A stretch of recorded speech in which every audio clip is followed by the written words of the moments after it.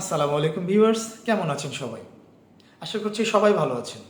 চলুন আমরা আজ থেকে সবাই মিলে নিয়ত করি, আমরা আর কারো পরনিন্দা করব না, গীবত করব না, সমালোচনা করব না। আমরা সবাই মিলে একসাথে সুন্দর একটা সমাজ গড়ব।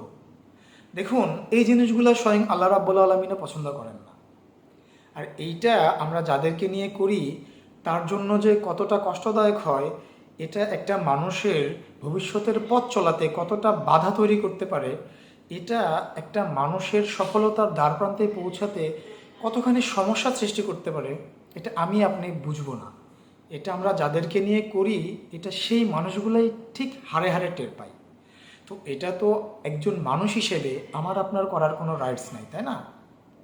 আমরা যদি কারো উপকার করতে না পারি, অবশ্যই আমাদের উচিত হবে না কারো ক্ষতি করার, তাই না? আমরা আমাদের চারপাশের যে মানুষগুলা আমাদের আশেপাশে বসবাস করে, আমরা যদি তাদের একটু ভালো থাকা খেয়াল করি, আমরা যদি তাদের একটু উন্নতি দেখি, বা তাদের যদি দেখি যে আমাদের ক্যারিয়ার থেকে তাদের ক্যারিয়ারটা একটু বেশি আপগ্রেড করেছে, আমরা এই জিনিসগুলো আর সহ্য করতে পারি না, আমরা সহজভাবে নিতে পারি না। কেন ভাই, আমরা কেন এই কাজটা করব? তারা অবশ্যই আমাদের চাইতে ভালো কিছু করছে বলেই কিন্তু আজকে আমি আপনি আমাদের মূল্যবান সময়টা নষ্ট করে তাদেরকে নিয়ে সমালোচনা করছি।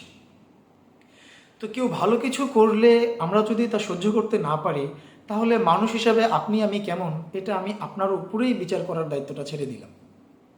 এটা শুধু আমাদের চারপাশের মানুষের কথা বলছি না, আমি যদি আমাদের সোশ্যাল মিডিয়ার দিকে আসি, এখানেও দেখবেন বিভিন্ন সোশ্যাল ইনফ্লুয়েন্সার আছে, বিভিন্ন কন্টেন্ট ক্রিয়েটর আছে, ইউটিউবার আছে, যারা অ্যাকচুয়ালি ওয়েল এডুকেটেড না, বা যারা আসলে অনেক নিচে থেকে অনেক উপরে উঠে এসেছে, বা যারা অ্যাকচুয়ালি ভালো কোনো সোসাইটিতে আগে বিলংস করতো না, আমরা তাদেরকে সচরাচরই হেয় প্রতিপন্ন করি, আমরা তাদেরকে ছোট করে দেখি, বা আমরা অনেক সময় বলে উঠে থাকি, যেমন এই যে আমি যদি হিরো আলমের কথা বলি, বা আমি যদি অপু ভাইয়ের কথা বলি অ্যাজ ফর এক্সাম্পল, তাহলে আপনারা বলবেন যে মানুষ হিরো আলমের ফ্যান হয় কিভাবে? একটা মানুষ হিরো আলমের ভিডিও কিভাবে দেখে? মানুষের কি সময়ের কোনো দাম নাই? মানুষের কি আর কোনো কাজ নাই? একটা জিনিস খুব ভালো করে চিন্তা করে দেখেন, হিরো আলম তার জীবনে অবশ্যই কিছু একটা করেছে, সে ভালো করুক বা মন্দ করুক, কিছু একটা করেছে যার জন্য আমি আপনি তাকে নিয়ে কথা বলছি। ইভেন এই এই তো গত নির্বাচনে সম্ভবত শেখ হাসিনা ক্ষমতায় থাকতে একটা প্রধানমন্ত্রী পর্যন্ত হিরো আলমের মতো মানুষকে নিয়ে কথা বলছে, সংসদ ভবনে হিরো আলমকে নিয়ে আলোচনা হচ্ছে। আপনি একটা জিনিস চিন্তা করুন, অবশ্যই তাকে এ পর্যন্ত আসতে, সে ভালো করুক বা মন্দ করুক, কিছু না কিছু করেছে। অ্যাটলিস্ট সে কিছু একটা মানুষকে মানে কিছু মানুষকে তো আনন্দ দিয়েছে বা বিনোদন দিয়েছে।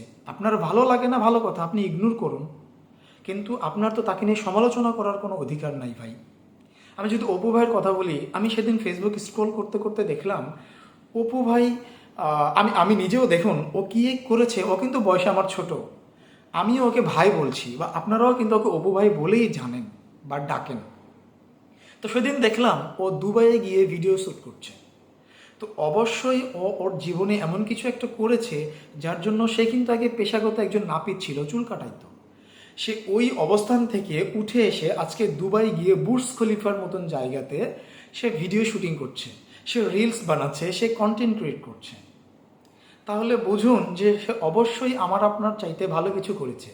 আর আমি আপনি আমাদের জীবনে ভালো কিছু করতে পারিনি বিধায় তাদেরকে নিয়ে আজকে সমালোচনা করছি।